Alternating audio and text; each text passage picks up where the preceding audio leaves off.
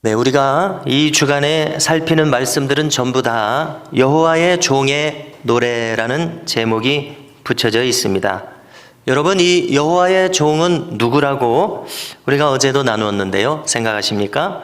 첫째, 여호와의 종이란 이스라엘 민족을 가리킵니다. 둘째로, 이사야 선지자나 또는 이름 모를 소명받은 종을 가리킵니다. 셋째로, 고난받으시는 메시아를 가리킵니다. 넷째로, 이 내용을 읽고 듣는 우리 자신들을 가리키기도 합니다. 특별히 이 여호와의 종이란 이 이사야서의 네 곳의 본문에 있는 여호와의 종의 노래가 불려지면 불려질수록 그 고난의 크기가 더 크고 깊어지는 것으로 설명되고 있습니다. 그렇기 때문에 우리는 이 여호와의 종에게서 고난을 받으시는 메시아의 모습, 즉 예수 그리스도의 모습을 보게 됩니다. 그리고 또 한 가지는 장차 우리도 여호와의 종으로서 부름받아서 이 땅에서 어떻게 살아가야 할지를 보여주고 있습니다. 여러분, 오늘 말씀을 보니까 첫 번째로 이 여호와의 종은 학자들의 혀를 가지고 있다고 말씀합니다. 또 학자들의 귀를 가지고 있다고 말씀합니다. 여러분, 이 학자라고 번역한 이 성경의 말은 우리에게 오해를 조금 주기 쉽습니다.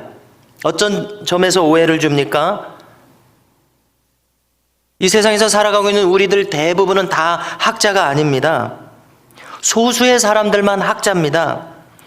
오늘날도 학자라고 불려지르면 전문적인 지식을 수년 동안 쌓은 사람을 가리킵니다. 즉, 학자라고 하면은 보통 사람들은 해당이 되지 않고 소외되는 말이기가 쉽습니다. 아, 나하고 관계가 없는 말이구나. 그렇지만 우리랑 관계가 없는 말이 아니라는 것을 설명드리고자 합니다. 여기 이 학자라고 번역된 말을 히브리어로 보니까 리무딤이라는 말을 쓰고 있습니다. 리무딤. 자, 이 리무딤이라는 말에서 리무드라고 하는 말과 임이라고 하는 말이 붙은 말이 리무딤입니다. 리무드라는 말은 무슨 뜻인가 하면 배움을 받은 사람이라는 뜻입니다. 임은 무슨 사람들 할 때 들자고 같은 뜻입니다. 그렇기 때문에 리무딤이라는 말은 배움을 받은 사람들이라는 뜻입니다. 자, 리무드라는 말을 다시 설명드리면요, 배움을 받은 사람, 조금 바꿔서 말하면 훈련을 받은 사람, 이런 뜻입니다. 영어로 discipled 하게 되면 훈련을 받은 사람이라는 뜻입니다. 우리가 신약 성경에서 예수님의 제자들을 disciples라고 합니다. 제자들이라는 뜻이죠. 훈련을 받은 사람들이라는 뜻입니다. 그렇기 때문에 신앙의 훈련을 받은 제자들이라고 해석하는 것이 더 좋겠습니다. 학자들이라는 말이 아니라 책상에 앉아서 공부하는 학자라고 생각하기보다 신앙의 훈련을 받은 제자들, 이렇게 생각하시자는 겁니다. 여러분, 제자라고 하는 사람들은 누굽니까? 스승으로부터 배운 사람들입니다.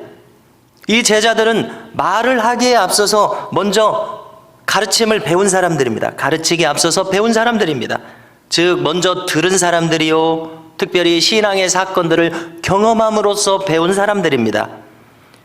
여러분, 먼저 한번 생각해 보시겠습니다. 믿는 사람들의 기초에 해당하는 것은 바로 호흡과 같은 기도입니다. 기도에 대해서 생각해 보겠습니다. 기도라고 하는 것은 무엇일까요? 겟세마네 동산에서 예수님께서 드리셨던 기도는 어떤 특징을 가지고 있었습니까? 예수님은 기도하셨죠. 이 잔을 내게서 옮기시옵소서. 무슨 뜻입니까? 이 십자가가 보니까 너무나 힘듭니다. 이 십자가라고 하는 쓴 잔을 제게서 지나가게 하시옵소서. 저를 제외시켜 주시옵소서. 이렇게 기도했습니다. 여러분, 예수님은 이렇게 구하는 기도였지만 또 어떻게도 기도하셨습니까? 무엇보다도 예수님은 듣는 기도를 하셨습니다. 그래서 예수님은 어떻게 기도하시게 됐습니까? 내 뜻대로 마옵시고 아버지의 뜻대로 하옵소서. 하나님의 뜻을 듣는 기도를 하셨습니다. 기도라고 하는 것은 자신이 원하는 것을 말하고 그것을 관철시키는 것이 아닌 것을 알 수 있습니다. 자신의 간절한 소망을 하나님께 강요하듯이 기도하는 것이 기도의 전부가 아니라는 것을 알 수 있습니다. 오히려 기도라고 하는 것은 자신의 뜻을 더 이상 앞세우지 않고 그것을 내려놓고 하나님 아버지의 뜻을 먼저 듣고자 하는 것이 기도인 것을 알 수 있습니다. 여러분, 과연 기도라고 하는 것은 아뢰는 시간이기도 하지만은 아뢰면서 듣기를 우선하는 시간인 것을 알게 됩니다.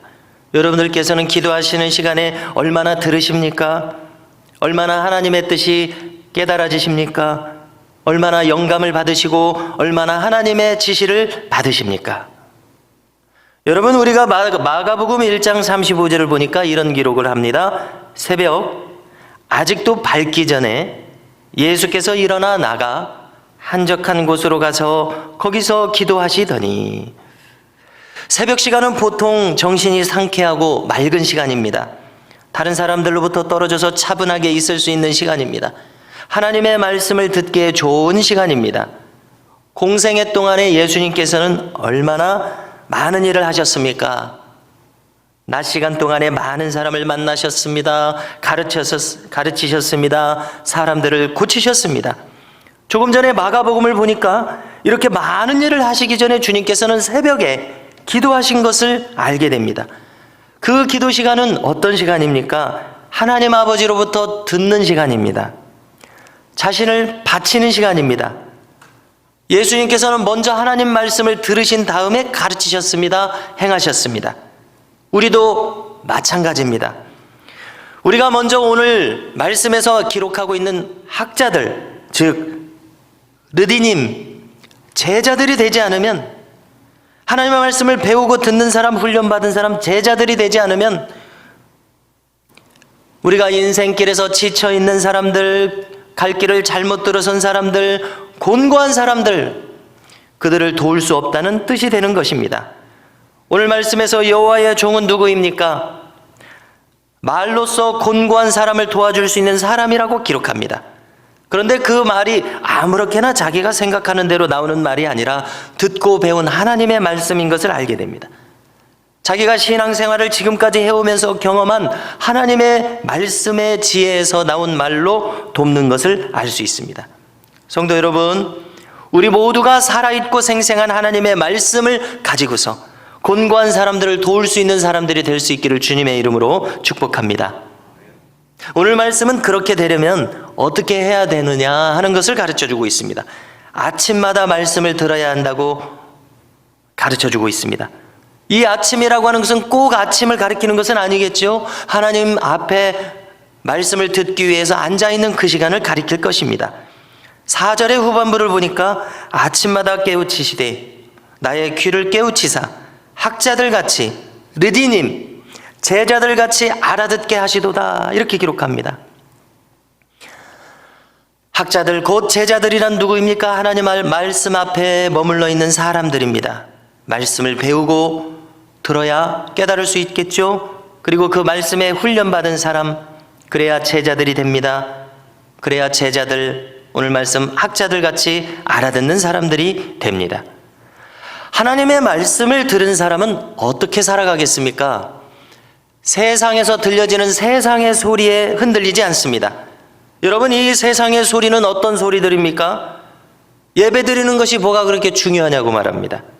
신앙생활은 건너뛰고 자기 자신의 실력을 개발하는 일에 치중하라고 합니다. 다른 사람은 어찌됐건 그 다른 사람을 짓밟고 자기 이속을 챙기라고 합니다. 이런 것이 세상의 목소리입니다.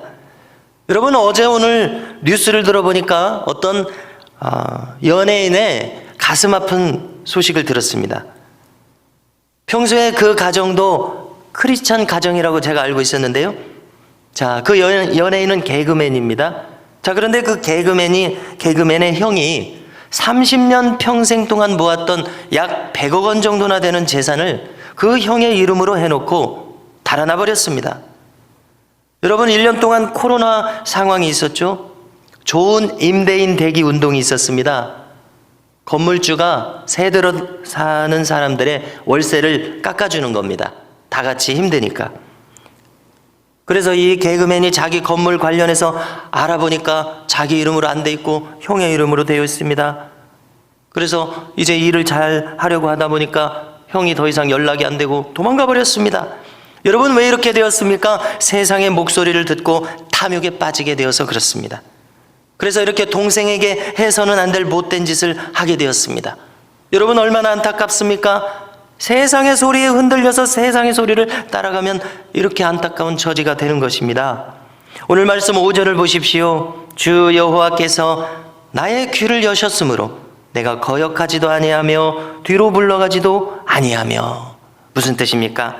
하나님의 말씀을 듣는 르디님이기 때문에, 그 하나님의 말씀에 순종하는 사람이 되었기 때문에 세상 소리에 흔들리지 않는 사람이라는 뜻입니다. 6절과 7절의 말씀도 보십시오. 마치 빌라도의 법정에서 채찍을 맞으셨던 주님이 떠오릅니다. 주님께서 맞으신 채찍은 심각한 것이었습니다. 등을 벗기고 채찍을 맞으실 때 주님의 온 몸은 갈갈이 찢깁니다. 왜 그렇습니까? 금속이나 뼈 조각을 붙인 채찍이기 때문에 그렇습니다. 여러분, 보통 죄수들을 그냥 십자가에 매달게 되면 몇 시간 만에 잘 죽지를 않습니다. 그래서 채찍을 때려서 쉬운 말로 해서 거반 죽게 만드는 겁니다. 왕을 상징하는 홍포를 입힙니다. 갈대를 쥐어줍니다. 가시의 면류관을 씌웁니다. 왜 이렇게 합니까? 유대인의 왕이 왜 이 모양이냐고? 수치를 주고 조롱을 주기 위해서입니다. 옷을 벗기고 십자가에 매답니다. 여러분, 그런데 이렇게 순환을 받으시면서도, 모욕과 조롱을 당하시면서도 어떻습니까? 주님께서는 흔들림이 없으셨습니다. 아무런 말씀도 안 하셨습니다. 그저 묵묵히 이 순환을 온몸으로 받으실 뿐이었습니다. 왜 이렇게 하셨습니까? 이렇게 하는 것이 하나님의 뜻인 것을 아셨기 때문입니다.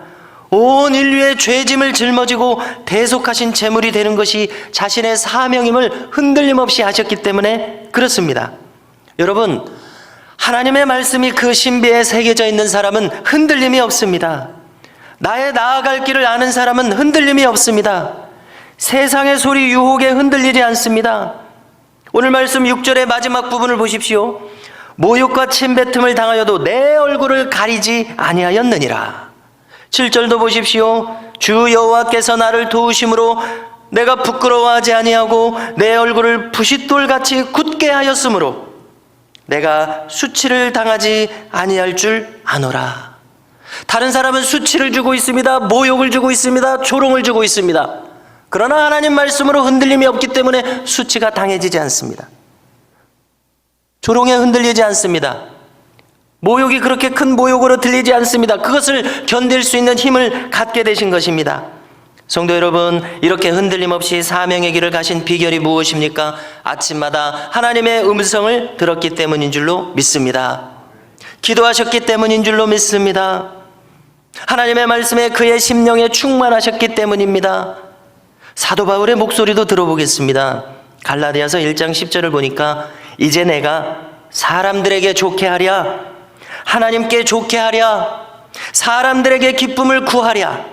내가 지금까지 사람들에게 기쁨을 구하였다면 그리스도의 종이 아니니라. 사도 바울도 그렇게 한 것을 알 수 있습니다. 하나님의 말씀이 그 신비에 새겨져 있기 때문에 세상 사람들을 기쁘게 하지 않습니다. 오직 하나님을 기쁘게 합니다.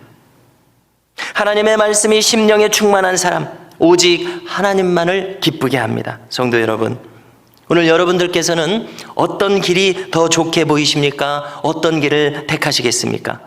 오늘 말씀 마지막에 11절이 나와 있는데요, 그 뜻을 간단히 한번 나눠보겠습니다. 여기에 자기의 불을 피우는 사람이 나오고 있죠.